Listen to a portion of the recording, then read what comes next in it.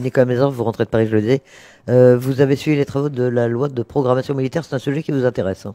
Et Oui, qui concerne la Nouvelle-Calédonie aussi. alors oui, en tout cas, je voulais absolument venir vous en parler et en parler aux Calédoniens, puisque à l'Assemblée nationale, depuis une semaine maintenant, se déroule l'examen de ce qu'on appelle la loi de programmation militaire. La loi de programmation militaire, c'est quoi?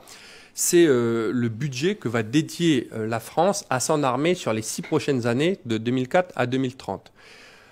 C'est un budget de 413 milliards d'euros et il y a 13 milliards d'euros qui sont dédiés aux Outre-mer. Ça fait un peu plus de 1500 milliards de francs pacifiques dédiés aux armées dans les Outre-mer. C'est énorme, on n'a jamais eu autant de budget pour nos Outre-mer. Donc ça se traduit comment? Il y aura 800 militaires de plus déployés sur l'ensemble des Outre-mer français. Et pour la Nouvelle-Calédonie, pour nous, pour notre protection, pour le fait qu'on soit le porte-avions français du Pacifique, il y aura 200 militaires de plus en Nouvelle-Calédonie, dans 150 permanents. On aura obtenu aussi le renouvellement de tous les Pumas. On ne volera plus en Puma en Nouvelle-Calédonie. On aura les hélicoptères dernière génération, ce qu'on appelle les Caracal, de la haute technologie de l'armée française. On aura un A400M qui est le plus gros transporteur de troupes de l'armée française qui sera basé en Nouvelle-Calédonie et donc il va falloir faire des travaux sur la piste de Tantouta pour permettre à ce gros porteur de venir séjourner ici. On aura des drones et des corvettes pour surveiller le lagon et on a obtenu, grâce à un amendement à l'Assemblée nationale aussi, un bâtiment, ce qu'on appelle de type Batral, qui permet le débarquement de troupes sur les plages.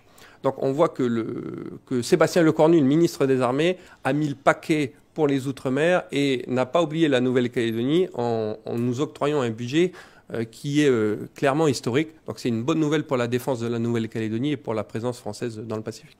Dans un autre domaine, un mot aussi sur le service universel. Il va se concrétiser en Calédonie. Oui, on en a discuté aussi dans la loi de programmation militaire. Et là, je dois saluer le travail de la ministre Sarah El Haïry, le travail également de Sonia Backès en tant que présidente de la province sud, puisque le service national universel va être déployé en province sud. On l'examinera à la prochaine assemblée de province. Et donc, on va pouvoir, on va dire, déployer ce service à l'ensemble des jeunes âgés entre 15 et 17 ans. Nous, on souhaite le mettre obligatoire pour une classe d'âge. Alors, vous allez voir, ça se séquence en plusieurs temps hein, pour les jeunes, entre des semaines de cohésion, ensuite des semaines, on va dire, un peu plus dans le concret.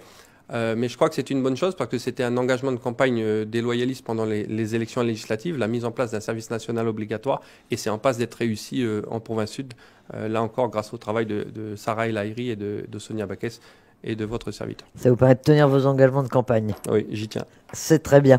Merci d'accepter notre invitation, Nicolas Mézard.